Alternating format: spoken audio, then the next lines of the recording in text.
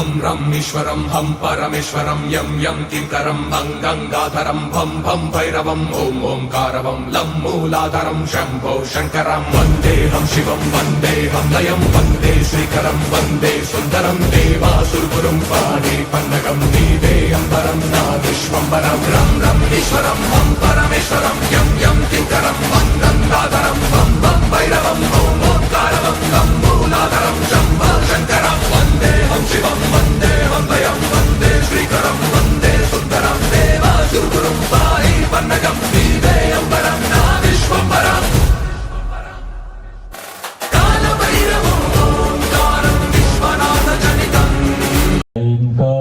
ह्रींकार श्रींकार घोडार्ध महाविभूत्या ओंकार मर्म प्रतिपादिनेभ्या नमो नमः श्री गुरुपादुकाभ्यां नमो नमः सद्गुरुपादुकाभ्यां నోరున్నోళ్ళు ఎవరైనా ఉంటే నోటితో, చేతులు ఎవరైనా ఉన్న వాళ్ళు ఉంటే రెండు చేతులు పైకెత్తి దగ్గరగా చెప్పాలి. ఉంటేనే, లేకపోతే ఇబ్బంది లేదు.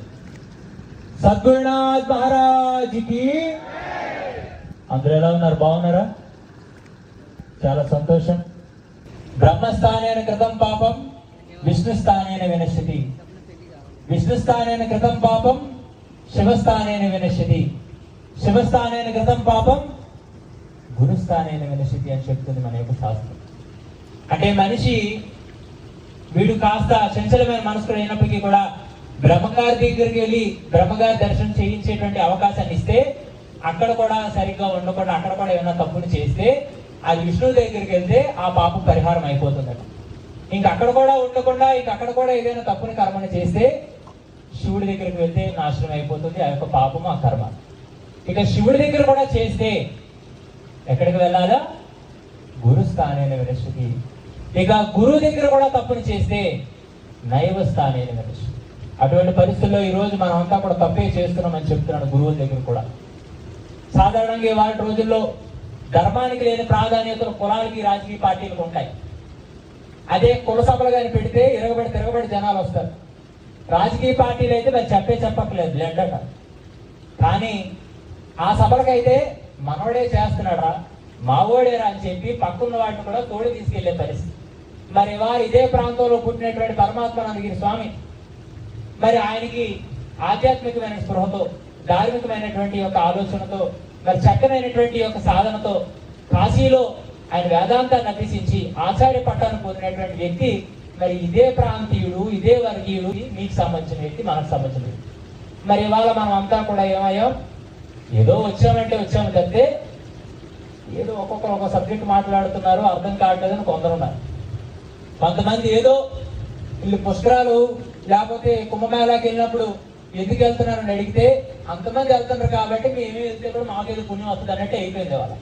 కానీ మీరు బాగా గుర్తుపెట్టుకోండి, సాధకులు అనబడేటువంటి వారు, సన్యాసులు అనబడేటువంటి వారు ఎప్పుడు కూడా నిరంతర యమ, నియమ, ప్రాణాయామ, ప్రత్యాహార, ఆసన, ధ్యాన, ధారణ, సమాధి, అష్టాంగ యోగాలు పాటిస్తూ నిరంతరం కూడా తప, జప, ధ్యానాలతో వారు లోపలే దైవాన్ని దర్శిస్తూ, లోపలే కాదు, ఒక మతం వారికి మనం అడిగితే మీ దేవుడు ఎక్కడున్నాడు అని అడిగితే దేవుడు సర్వవ్యాపుడు కాబట్టి ఇక్కడే ఉంటాడు, ఇలాగే ఉంటాడని చెప్పలేము. దేవుడు ఎక్కడ నచ్చితే అక్కడ ఉంటాడని ఒక మతం వాళ్ళు చెప్తారు. ఇంకో మతం వారికి మీ దేవుడు ఎక్కడున్నాడు అని అడిగితే దేవుడు పరలోకాన్ని ఉంటాడట. ఎక్కడ ఉంటాడు? ఎక్కడైతే కాదు, అడ్రస్ ఎక్కడ కాదు. అదే మన ధర్మాన్ని, మన యొక్క భగవద్గీతను ప్రశ్నిస్తే దేవుడు ఎక్కడ ఉంటాడని అంటే దేవుడు చెప్పే సమాధానం ఏంటి? ఐమాత్మ సర్వభూతాత్మ. ప్రతి ఒక్క జీవిలో కదలాడే దేహేంద్రియాల్లో చైతన్య స్వరూపాన్ని నేనే.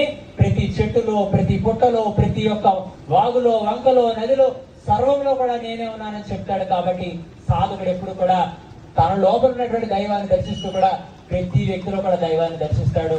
అటువంటి వ్యక్తులు ఈరోజు ఇంతమంది సాధువులు, ఇంతమంది మహాత్ములు, ఆఖరికి ద్వైరూపే వాసుదేవస్య చలం చాచలమేవచ చలం సన్యాసినాం రూపం అచలం ప్రతిమాదికం అని చెప్తుంది. భగవంతుడు ఎలా ఉంటాడనంటే రెండు రూపాల్లో, ఒకటి కదిలినట్టుగా, రెండు కదలనట్టుగా.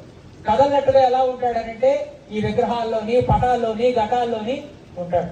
కదిలేటట్టుగా ఎలా ఉంటాడంటే ఎవరైతే తన శరీరం అనేటువంటిది అశాశ్వతం, అనిత్యాని శరీరాన్ని విభవ నైవ శాశ్వత నిత్యం సన్నిహితో మృత్యు కర్తవ్యం ధర్మ సంగ్రహం అని చెప్పి కనబడేటువంటి జగత్తంతా కూడా నశించిపోయేది, కాలిపోయేది, కూలిపోయేది కాబట్టి శరీరం కూడా అటువంటిదే కాబట్టి మనం ఉన్నంత వరకు కూడా మన ధర్మాన్ని పాటించాలని చెప్పి ఎవరైతే దైవానికి శరణాగతితో వారి జీవితాన్ని శరీరాన్ని త్యాగం చేస్తారో ఆ సన్యాసుల రూపంలో భగవంతుడు నేల నడియాడతాడు.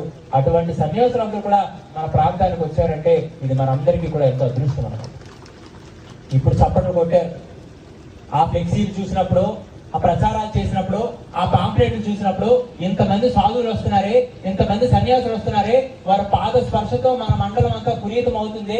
అటువంటి పరిస్థితుల్లో మనం కూడా వారి దర్శనం చేసుకొని ఒకప్పుడు ఎప్పుడు సాధువులు వస్తారా, వారికి ఎప్పుడు గౌరవం చేసుకుందాం అనేటువంటి వ్యవస్థ ఉండేది.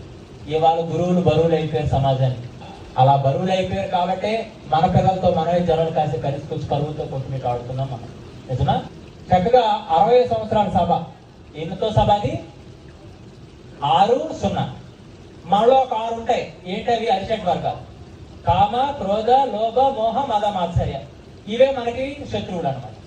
ఎవరైతే 60వ సభలకి పాల్గొని సాధు మహాత్ములు చెప్పిన విషయాలన్నీ కూడా అర్థం అవ్వకపోయినా అర్థం చేసుకొని వింటారో, ఆచరిస్తారో వారికి 6 అరిషడ్ వర్గాలు 0 అయిపోతాయి. అందుకు మీ అందరూ కూడా ధన్యులు అనమాట. అరిషడ్ వర్గాలు 0 అయిపోతాయి అనమాట. అందుకు చక్కగా మీ అందరికీ మరొకసారి అభినందనలు, ఆశీర్వాదాలు తెలియజేసుకుని మళ్ళీ సాయంత్రం ఒక సభ ఉంది, రేపు ఉదయం ఉంది, రేపు సాయంత్రం ఉంది. అందుకు ఎప్పటికైనా చప్పట్లు కొట్టిన వాళ్ళందరూ నేను సాయంత్రం పిల్లలు తీసుకొచ్చి కూర్చోబెట్టండి. వారికి కూడా సాధు మహాత్ముల దర్శనాలు చేయించండి. సాధువులకి ఖచ్చితంగా సాష్టాంగం చేయండి, సంస్కారాన్ని నేర్పించండి. అలా అయితే అందరి జీవితాలు ఆనందంగా ఉంటాయని తెలియజేస్తూ మరొకసారి ఈ కార్యక్రమాన్ని సహకరించినటువంటి భక్తులు, దాతలందరికీ కూడా వారందరికీ కూడా పేరు పేరున అభినందనలు తెలియజేస్తూ మరి హైదరాబాద్ కార్యక్రమాన్ని బయలుదేరాల్సి ఉన్న కారణంగా మీ అందరి ముందు సెలవు తీసుకుంటూ మీ అందరూ కూడా ఇంకా పూట పెరిగేటప్పుడు సంఖ్య పెరగాలి తప్పితే తరిగిపోకూడదు. కాస్త సభ ఒకవేళ ఆలస్యం అయినా కూడా మీరు భోజనాల వైపు పరిగెట్టకూడదు. నాకు ఒక మాట ఇవ్వాలి, మీరు అందరూ ఇస్తారా? సమయం ఒకవేళ సభ ముగించినంత వరకు కూడా ఎవరు లేకూడదు. స్వామివారికి ఎప్పుడైతే ముగింపు శాస్త్రి మంత్రం చెప్తారో అప్పుడే భోజనాలకు వెళ్ళాలి తప్పితే మీరు భోజనానికి వెళ్ళారంటే మీరు అందరినీ అమర్యాద చేసినట్టు అవుతుంది, మీకు సంస్కారం లేదని అర్థం. అలాంటి వాళ్ళు ఎవరు ఉంటారా? ఉంటారు కాబట్టి మరొకసారి మీ అందరి ముందు సెలవు తీసుకుంటే అందరూ గట్టి చెప్పండి, భారత్ మాతా కీ భారతీయులు లేరా? భారత్ మాతా కీ, సత్య సనాతన హిందూ ధర్మ కీ, గో మాతా కీ, గీతా మాతా కీ, గంగా మాతా కీ, అఖిలాంధ్ర సాధు పరిషత్ మహాత్ములందరికీ జై హింద్.